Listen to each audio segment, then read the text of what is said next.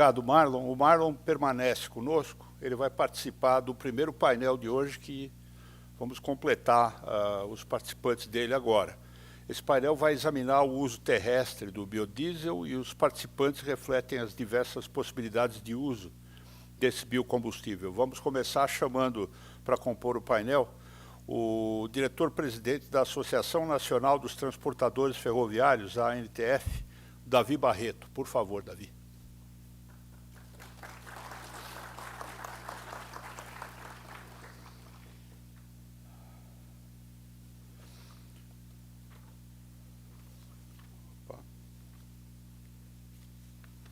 Travadinha aqui. Agora, o nosso diretor de sustentabilidade e de parcerias estratégicas e institucionais da ANFAVE, Associação Nacional dos Fabricantes de Veículos Automotores, Henry Joseph. Henry, por favor.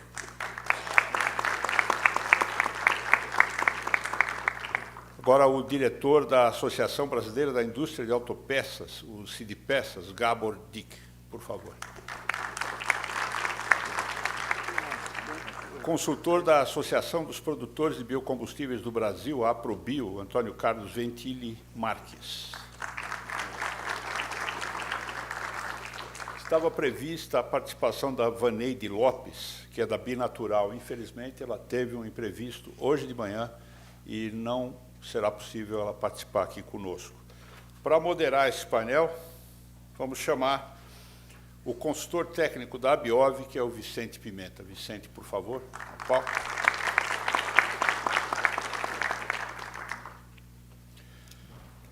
Então, quando chegarmos próximos do final do painel, aquela tela vai ser mostrada e quem quiser fazer perguntas encaminha daquela forma, ok?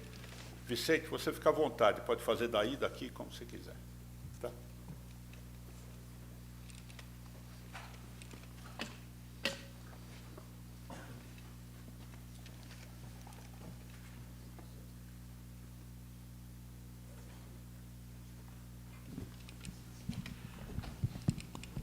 Alô, obrigado, Gabor. Muito bem, é com grande alegria que a gente começa esse debate. Eu estou muito feliz porque esse é o segundo ano que a gente faz esse evento, sempre vendo e trazendo amigos para debater conosco, nessa casa que eu fiz meu mestrado também. Então, é uma conjunção de fatores que me dá muita satisfação. O Marlon me quebrou um pouco no que eu ia começar a fazer, mas eu vou fazer a pergunta assim mesmo. A gente está vivendo hoje um sistema de urgência de descarbonização global. A gente vê gente que tem muitas iniciativas, particularmente no biodiesel. A gente vê países aí que têm uma situação de maior uso do que a gente. A gente tem empresas oferecendo produtos com B100, e eles estão oferecendo, não, eles estão sendo demandados. Existem a espera para adquirir um caminhão, por exemplo, com B100. Infelizmente, meu amigo da Scania me pediu desculpa por estar vindo, mas ele falou que tem uma demanda, e o pessoal já foi... Primeiro foi a Scania, depois a Volvo, eu ouvi que a DAF também está fazendo isso. A gente tem aqui o Tom Sick, lá da Amage, que tem uma experiência bastante interessante com B100 em tudo, não é só em caminhões. Ele tem também no uso aquaviário, que o pessoal fala tanto do biodiesel, que ele tem problemas de água, não sei o quê, o pessoal está usando dentro de navios. E até eu conversei com ele, saber se, apesar disso, havia problema. Eu falei assim, olha, com boas práticas, ele está aí, depois se vocês quiserem, ele confirma, com boas práticas, nosso combustível resiste muito bem. E eles estão usando em tratores, em caminhões, no aquaviário. E daí eu caio naquela coisa que o Marlon falou muito bem, a nossa tal da viabilidade técnica. Vou jogar aqui a bola na área. O que está faltando para a gente concluir que o produto é robusto, tem tantos usos, tem tanta gente procurando?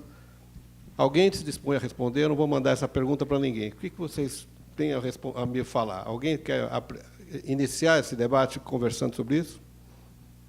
Pois não, Gabor. Acho que não funciona o meu. Agora tem que trocar de microfone. Boa tarde a todos. Bom dia a todos. O Sindipeças tem uma posição muito clara a respeito disso e acho que vale muito mais, vale para todas as atividades, não apenas para biocombustíveis. Nós somos ótimos em tomar as decisões. Nós somos péssimos em forçar as decisões a serem cumpridas. Então, nós observamos com entusiasmo o E14, E15, perdão, o B14, B15, o E25, E30, E35 e tudo mais. Eu acho que, no fim, a gente acaba fazendo os testes, talvez não completos como gostaria, a gente acaba criando os sistemas, acaba fornecendo para as montadoras, acaba tendo combustível no campo, etc. Mas aí a gente começa a ouvir as histórias das distorções.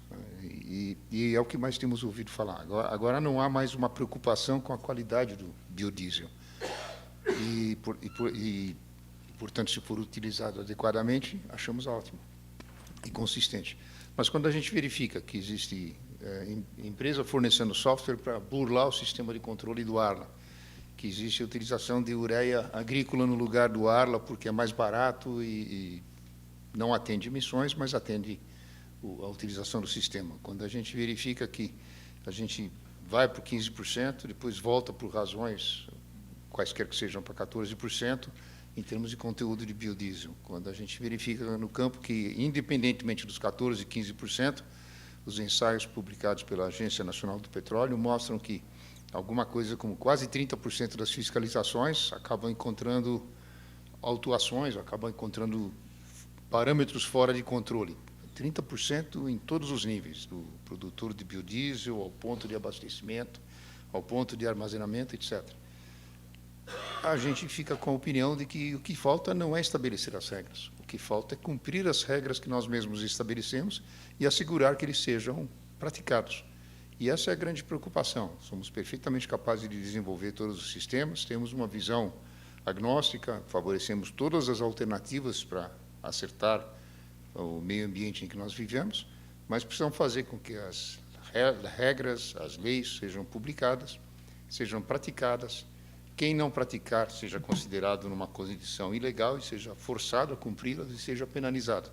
E esse é o ponto de vista que a gente tem de uma forma mais completa. Vale desde a inspeção veicular, que seria obrigatória não sei quanto tempo e até hoje não é praticada, e você e eu somos grandes defensores, vale para o E27, E30 e o que mais que venha por aqui, vale para o B14, 15, B20, B25, e vale para todas as outras coisas que nós fazemos na vida. Temos leis, precisamos cumpri-las e precisamos assegurar que elas sejam cumpridas.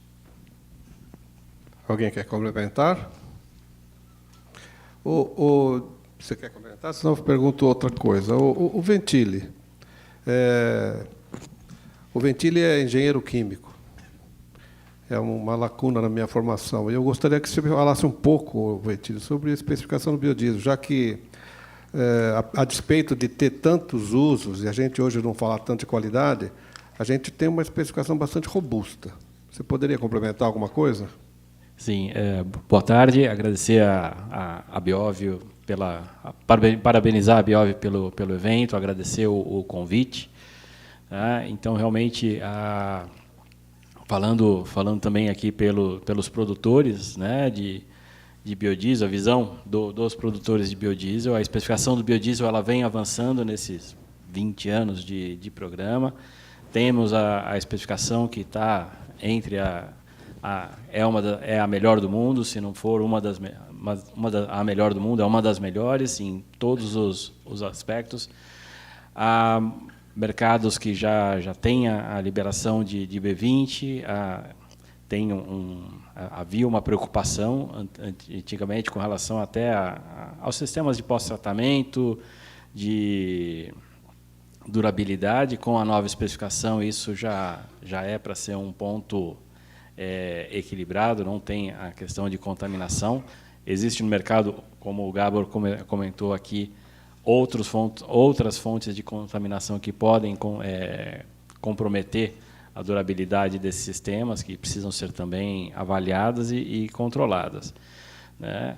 Do ponto de vista de aplicação e especificação, a gente já conhece o biodiesel há bastante tempo. ele vai ter características muito próximas ao diesel, com as misturas aí, B15, B20, é muito pequena a variação que tem, e os sistemas eles tendem hoje nós temos praticamente todos os veículos já são com sistemas eletrônicos de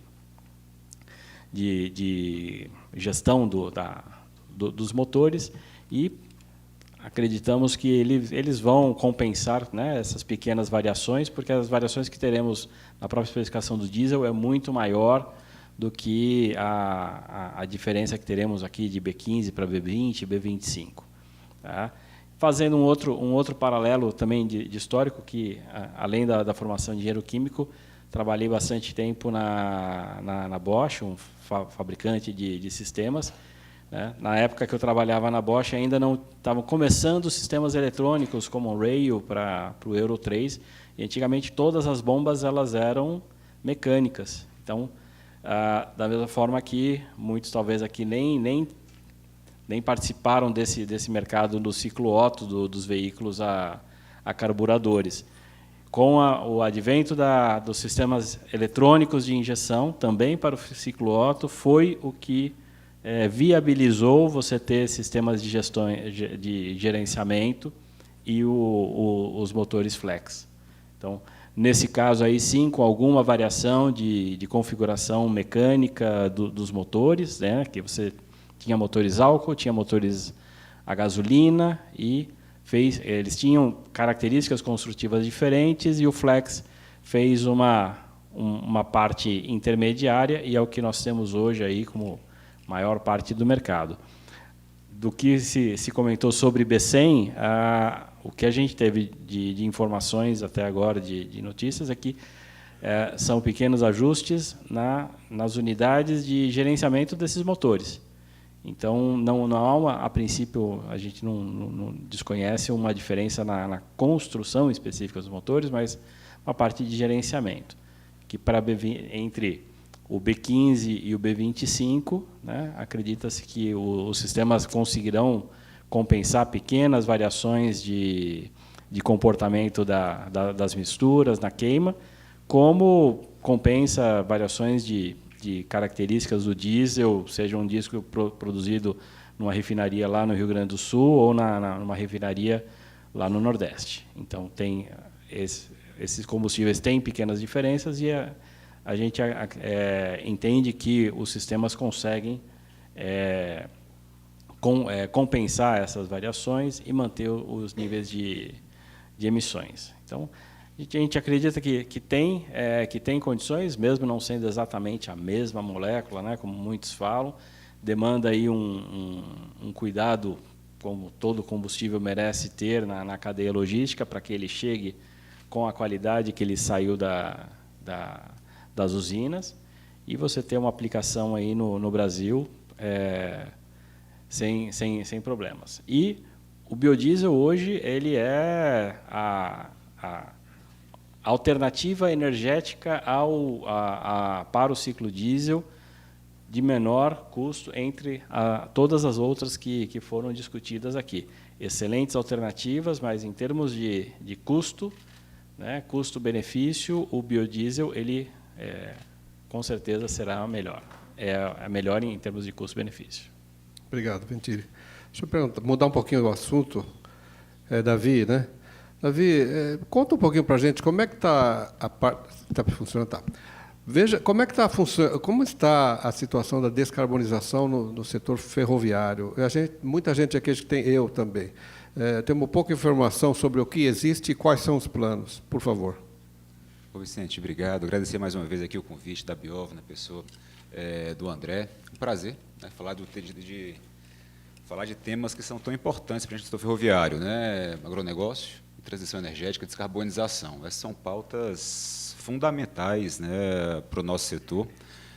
Isso casa muito com a discussão hoje, né, de biodiesel, né, do combustível futuro, até porque o setor ferroviário, talvez as empresas de ferrovia sejam os maiores consumidores individuais de diesel do país. Então, o nosso setor consome algo como 1,4 bilhões de litros de diesel por ano, né? Então, a gente está falando de um pouco mais de 2%. Então, não é pouca coisa. Tem um impacto muito grande, né, no nosso negócio. Mas acho que o ponto importante, a mensagem importante, acho que para a gente passar, é que essa é uma agenda super convergente no que a gente quer para as ferrovias no Brasil.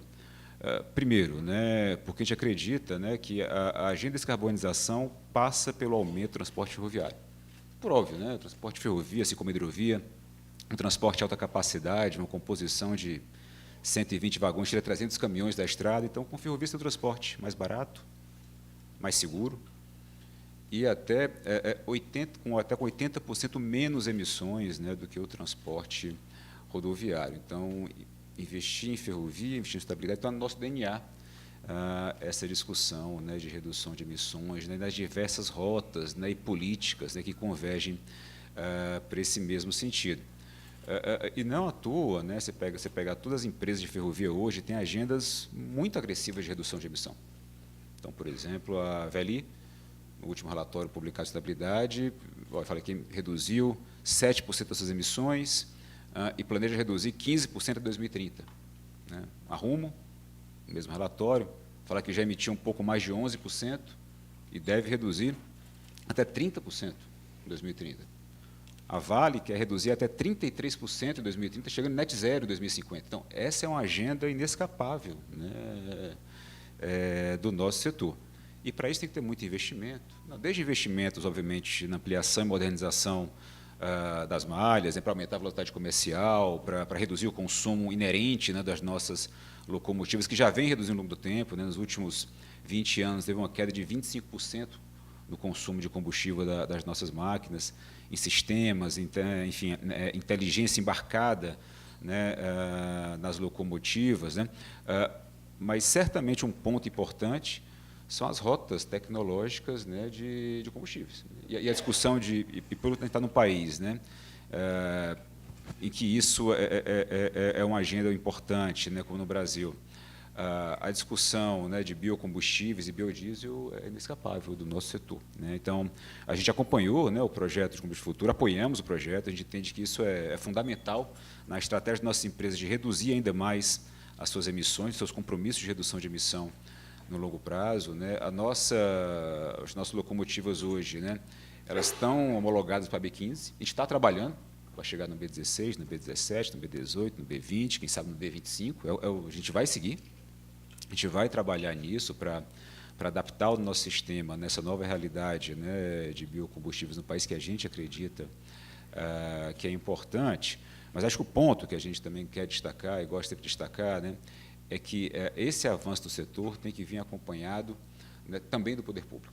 Eu digo em duas grandes diretrizes. Acho que o primeiro, né, eu acho que existe uma necessidade inerente, por tudo que o transporte ferroviário traz de positivo, de uma maior participação do poder público nos investimentos em ferrovias. Então, seja dos contratos atuais, que certamente vão ter que ser reequilibrados, né, observe que ferrovia, o diesel responde por algo como um terço do custo operacional de uma operação ferroviária. Então, certamente, a gente vai ter que discutir esses contratos com o poder público, até para não cair o custo diretamente no usuário.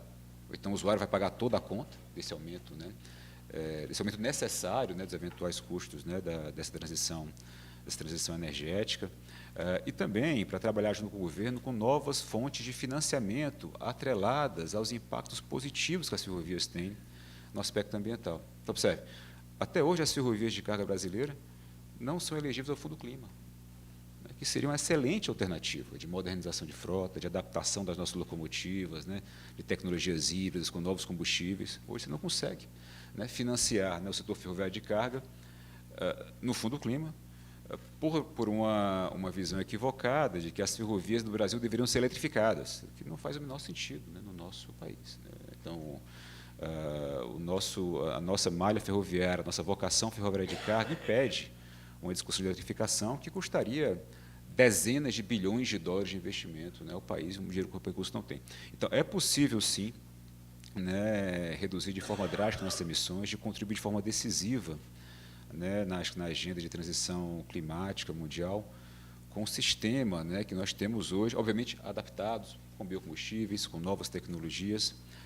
E isso deveria estar sendo incluído, por exemplo, nas fontes de financiamento que a gente tem hoje no governo, como o Fundo Clima, né, o Brasil é que investe. Né, então, acho que é uma luta, né, que o setor faz e pede sempre o apoio, né, dos parceiros do agronegócio, né, da indústria. Né, para convencer, né, para levar para o governo essa mensagem. Mas, assim, já terminando aqui, eu acho que um pouquinho da sua indagação, né, dessa jornada de descarbonização das ferrovias, talvez são duas principais mensagens que eu queria deixar aqui hoje. Né? Primeiro, né, que essa é uma agenda não só importante como necessária para o setor ferroviário. A gente acredita que sem o setor ferroviário, no setor transporte brasileiro, não vai conseguir chegar no nível de redução de emissões que ele precisa. Então, a principal alavanca para a gente reduzir a emissão é ter mais ferrovia, é ter mais hidrovia. Então, acho que isso é um ponto super importante, né? Mas isso não escapa também de uma agenda necessária da nossa operação ser cada vez mais eficiente. Né? E, para isso, né, a introdução do biodiesel, né, a maior participação de biodiesel na nossa força motora, nas nossas locomotivas, é imprescindível. E a gente vem trabalhando muito, né, para fazer isso virar realidade. E a gente conta aí com o apoio dos diversos setores, né, e também do governo, para fazer, né, para superar os desafios técnicos, né, econômicos, né, que essa agenda usada vai demandar. Então, obrigado. Obrigado. Henry, eu estou nesse negócio de biodiesel já faz tempo. E sempre foi uma questão que foi cercada de muitos cuidados, de muitas cautelas, não sei o quê. A gente fez um teste para B10, a gente fez um teste para B15, a gente teve na Anfávia sempre um ponto de bastante discussão, eu acho que foi positivo, todo mundo discutindo, todo mundo participando de tudo que a gente achava que era necessário cobrir para ter um combustível legal na rua. Chegamos até a liberação para a B15, e nesse meio em que a gente ainda não tinha uma visão clara do que acontecia, não sei se é a Anfávia, provavelmente não, mas associados da Anfávia saíram anunciando, já temos B100, já temos B100, e foi para nós, do segmento biodiesel, um ponto de entusiasmo, vamos dizer, pelo futuro que viria. Eu queria ouvir você um pouquinho sobre o que é a Anfávia, como é que ela acolhe, como é que fica esse negócio do pessoal todo, dizer B100, tem o pessoal das picapes que não foram nesse caminho ainda, mas, para nós, eu queria que você falasse um pouco uma mensagem sobre esse assunto. Não sei se é simples o assunto, mas, enfim, vamos lá. Quantos dias de seminário nós temos aqui? Bem, bom dia, Vicente, bom dia a todos. Tá ligado? Antes de mais nada... Opa!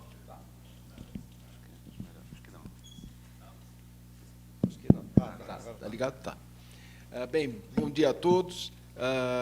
Antes de mais nada, agradecer a Biov pelo amável convite, pelo segundo ano para estar aqui participando com vocês. O André Nassar, obrigado mesmo pelo convite, obrigado pela oportunidade de poder conversar com vocês. Prazer estar aqui nesse bloco. O bloco inicial foi de peso pesado e esse bloco aqui também não está ficando atrás, né? Marlon, colegas, obrigado. Quer que engole? Bom, vamos lá. A questão do biodiesel, como você falou, a gente já vem discutindo, usando, pesquisando, especificando, desenvolvendo há muito tempo, né? A gente, acho que desde a década de 80, de um modo geral, você esqueceu dos programas de teste, o B5 também foi um programa de teste também.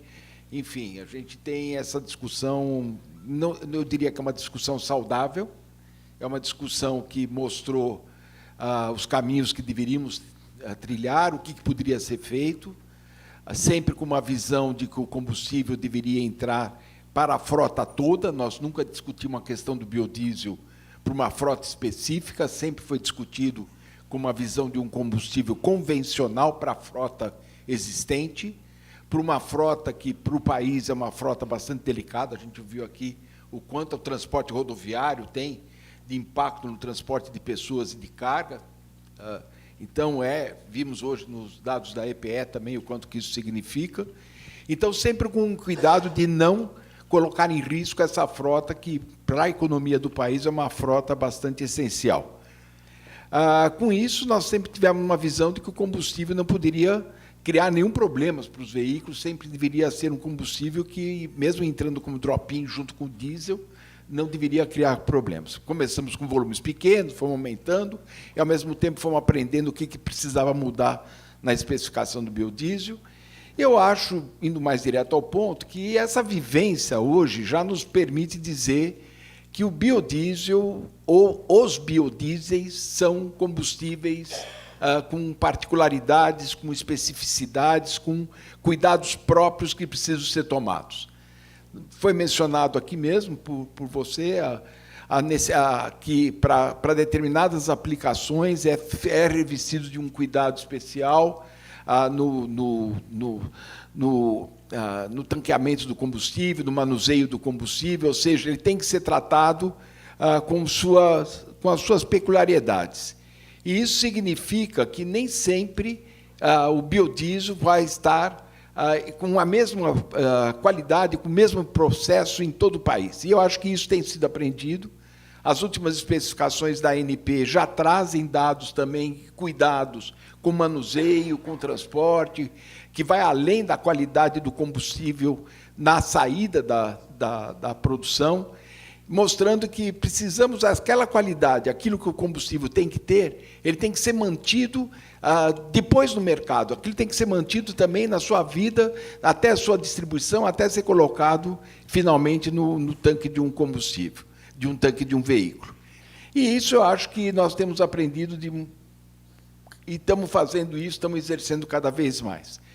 Os veículos que são B100 hoje, eles são veículos com uma diferença, sim. Ele não é somente uma parte de calibração ou na parte eletrônica, eles têm alguma diferença também no débito de bomba, trabalham com períodos de manutenção diferentes, têm filtros com uma pequena diferença, mas são veículos que já foram desenvolvidos com uma visão de que vão utilizar o produto 100% no mercado em tempo integral.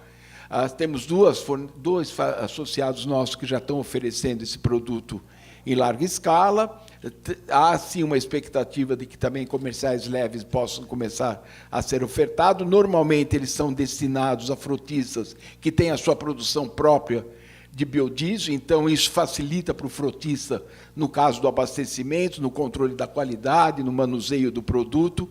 Isso faz com que esses produtos consigam rodar com algum grau de qualidade e de tranquilidade maior, mas é um cuidado e está acontecendo, e eu acho que cada vez mais isso vai acontecer, como também está acontecendo com outros biocombustíveis, como, por exemplo, o biometano. Para nós, da indústria automobilística, a ideia da utilização do biocombustível, ela não é uma ideia legal, ela é uma necessidade. O Brasil vai precisar, estamos precisando, e cada vez vai precisar mais de biocombustíveis para o transporte de carga.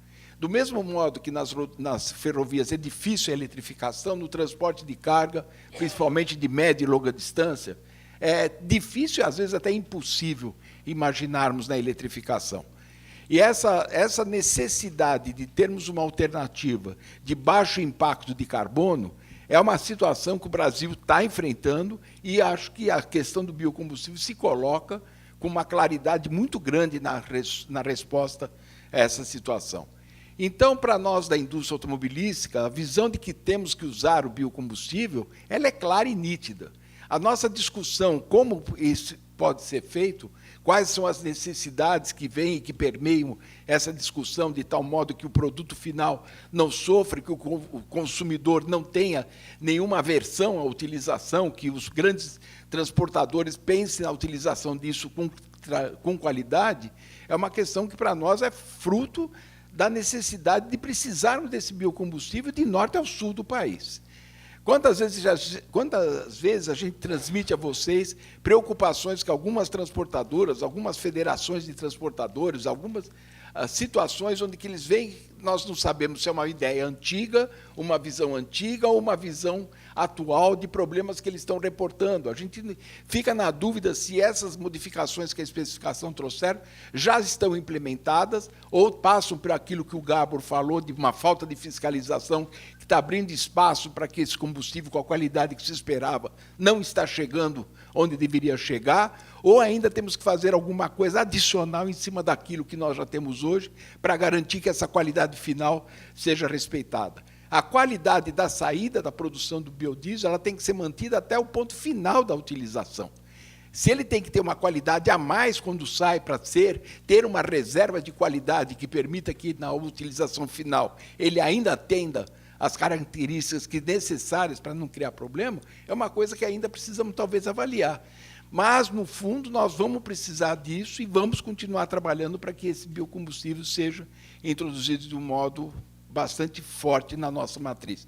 Já está acontecendo, os dados que o Rafael trouxeram aqui mostram que nós vamos continuar com isso na nossa matriz energética. Todos os estudos que a Anfávia tem feito mostram que, sem o biocombustível, nós não vamos conseguir descarbonizar efetivamente aquilo.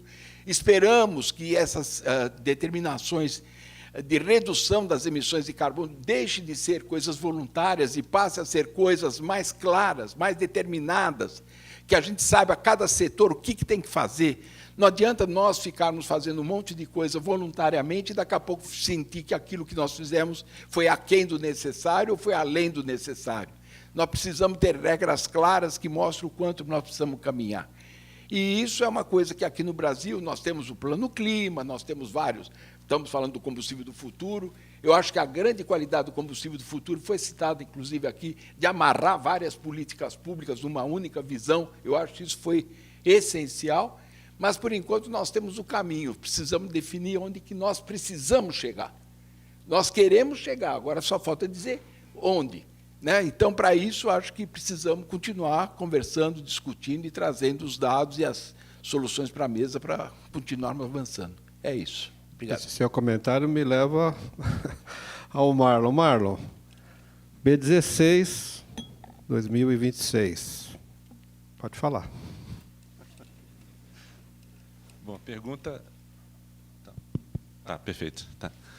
Obrigado, Vicente, pela oportunidade de estar aqui, em nome do Ministério. Agradeço meus colegas da mesa, agradeço a plateia aí, pela oportunidade de a gente trazer esse esclarecimento. Vocês veem que eu estou enrolando para poder falar, né? Mas eu acho que a gente precisa segmentar essa discussão para que a gente possa avançar. A gente precisa atacar os problemas quando eles surgem, mapeando, fazendo a rastreabilidade correta da sua origem para que a gente possa ir ali precisamente aplicar o remédio adequado, né? Então, hoje nós temos duas situações distintas quando a gente fala de biocombustíveis, quando a gente trata do biocombustível etanol para o ciclo Otto, veículo leve, e outra realidade bem diferente quando a gente fala de biodiesel, para mistura com diesel, veículos pesados, ciclo diesel. No caso do etanol, existe um incentivo econômico para que a gente proceda a uma mistura até um pouco maior do que aquilo que é fixado.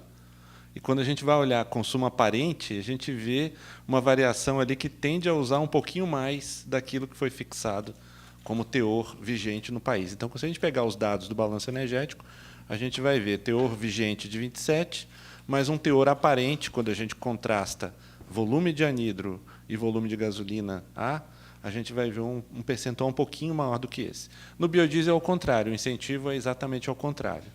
A gente tem um produto que é um pouco mais caro, então a tendência é que os agentes misturem um pouco menos do que deveriam. Então, a gente tem um consumo aparente um pouco menor se nós formos olhar os dados do balanço energético.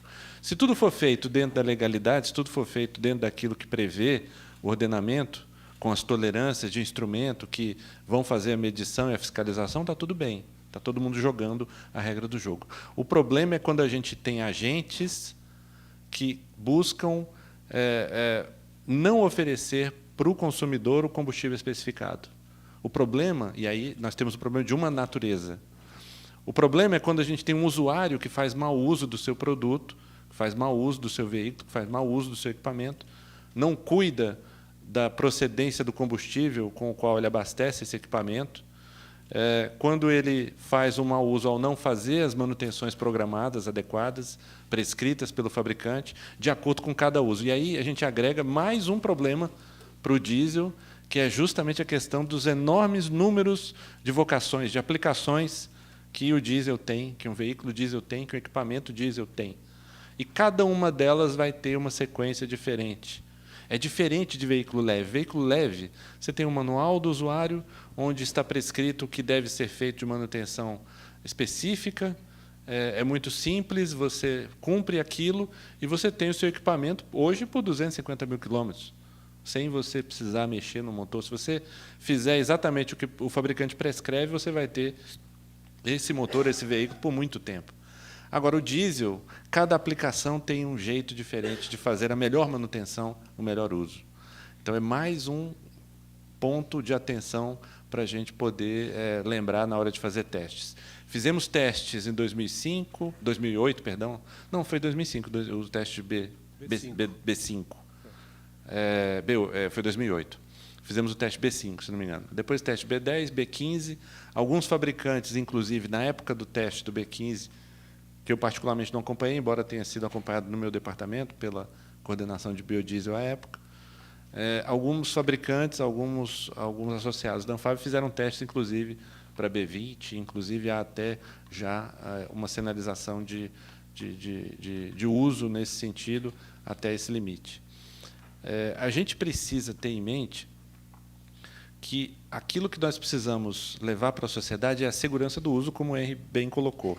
A gente precisa, de alguma forma, tentar ver qual é ou quais são os elementos que vão propiciar para essas diversas aplicações um uso seguro do biodiesel. E aí a gente tem que avaliar todas as situações, todas as variáveis. Temos que levar para o teste um combustível que seja o mais próximo do usuário, para que a gente possa ter um resultado de teste que signifique ou que reflita o mais próximo possível as condições de uso pelos usuários que estão espalhados nesse país que é continental e que tem diferentes regiões, diferentes climas, diferentes situações, diferentes distâncias, diferentes geografias e que, portanto, vão submeter esse equipamento a um diferente comportamento. A gente precisa realmente fazer o teste, Vicente, para fazer com que nós possamos avançar para além do B15. Esses testes serão feitos. Nós vamos, de alguma forma, dialogar muito com todos os agentes envolvidos, assim como fizemos no caso do etanol. Precisamos fazer isso com todo cuidado, chamando produtores de biocombustível, chamando os produtores de combustível fóssil também, chamando os montadores, os fabricantes de motores, os usuários também precisarão estar presentes, porque são eles que vão identificar, especialmente na vocação, quais são os aspectos que mais são críticos para ele, e só assim a gente vai ser capaz de produzir um relatório, um material técnico que dê segurança para o poder público e para a sociedade de que esse uso é possível e de que a gente pode avançar. Eu não tenho dúvida que a gente pode avançar. Eu acho que a gente tem todas as condições, ainda que a gente tenha que fazer, como o Henry colocou, um ajuste aqui, outro ali, a depender de uma situação específica e a depender de um teor específico. B20 é uma realidade, como já foi dito no workshop que a gente fez lá em outubro, 31 de outubro, no Ministério. B25 é outra realidade.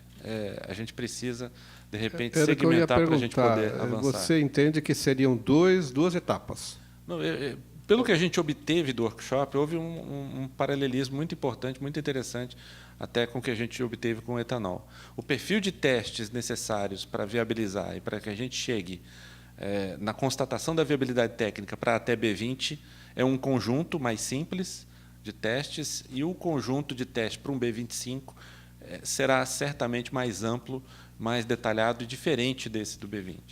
Então, precisamos, enquanto sociedade, avaliar a melhor abordagem, a melhor estratégia para a gente chegar no mesmo lugar que o Henry falou. Queremos a descarbonização, vamos usar biocombustível, avançaremos nos teores de mistura, a gente só precisa ver esse como.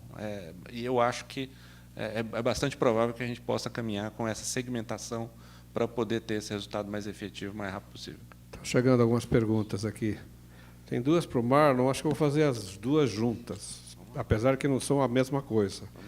Pergunta para o Marlon, e aqui não me passaram quem foi a pessoa que perguntou. Existem projetos ou iniciativas do MME que visem tornar o biodiesel mais competitivo em termos de preço em relação ao diesel? E a segunda pergunta, qual a previsão de criação do grupo de trabalho para análise de viabilidade técnica para o aumento do biodiesel de B15, B20 e B25? É o que você acabou de falar, mas não falou do tempo. Né? Não, pois eu vou começar pela segunda pergunta, então. A gente tem a expectativa de, até o final do mês de abril, fazer a reunião inaugural do Comitê Técnico Permanente do Combustível do Futuro e instaurar, né, estabelecer esses subgrupos, esses subcomitês temáticos. Um deles é o de altos teores. Se ele for aprovado a sua criação, a gente prontamente vai iniciar esses trabalhos de discussão ali entre os nossos pares de governo e ver qual é a melhor estratégia para a gente chegar nesse caminho aí e trilhar esse caminho da realização dos testes e análise de viabilidade técnica. A primeira pergunta, em relação à competitividade do biodiesel, eu acho que a gente precisa, em primeiro lugar, fazer com que a gente tenha esse uso garantido e isonômico entre os agentes que estão operando no mercado. E eu digo isso porque é muito complicado você ter um segmento que está operando dentro de uma legalidade, em termos de oferta de combustível especificado ao consumidor, enquanto que uma outra parte está fazendo uma competição desleal. Isso inibe investimento, inibe avanço, inibe... isso contamina o mercado de tal forma que a gente vai ter sempre que, para compensar essas margens, os preços sempre reflitam uma realidade que não é aquela que a gente gostaria que fosse a operada no mercado. Então, a gente precisa, de maneira muito efetiva, trazer os instrumentos para a ANP para que ela possa fazer essa fiscalização. E aí, Gabo, o que você mencionou em termos de fiscalização e números de irregularidades, vamos lembrar só uma coisa aqui, muito rapidamente. A ANP, hoje, tem menos servidores trabalhando nela do que há 20 anos atrás, 18, 20 anos atrás, quando a gente movimentava menos da metade do que a gente movimenta hoje de combustível. Então, hoje a gente movimenta produto mais do que o dobro do que há 20 anos atrás, e a ANP tem menos, mais complexos, né? Mas aí a gente também, por outro lado, teve avanços tecnológicos, avanços de inteligência. Então, se a gente consegue fazer, se a ANP consegue fazer essa fiscalização e obter esse índice, é porque ela foi precisa e cirúrgica, e hoje ela tem alguns instrumentos de inteligência para efetivamente trazer uma fiscalização focada naquilo que ela mapeou na sua inteligência. Porque, se ela fosse fazer aleatoriamente, talvez esse número tivesse mascarado com um índice de não conformidade muito menor do que na prática veríamos. Isso é distribuição estatística, né? No caso, ela faz uma avaliação com mais inteligência e buscando isso. Então, o mercado de combustíveis é um mercado de preços livres, a gente não tem nenhum tipo de condição de atuar nesse sentido, mas o que a gente busca é, primeiro, garantir a isonomia concorrencial e, em segundo lugar, elementos de pesquisa científica que possam trazer disrupções e competitividade para esse setor também na produção de biodiesel.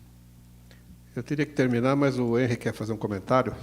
Um comentário bem rápido, inclusive. Nós estamos falando de chegar B15, B20, depois B25.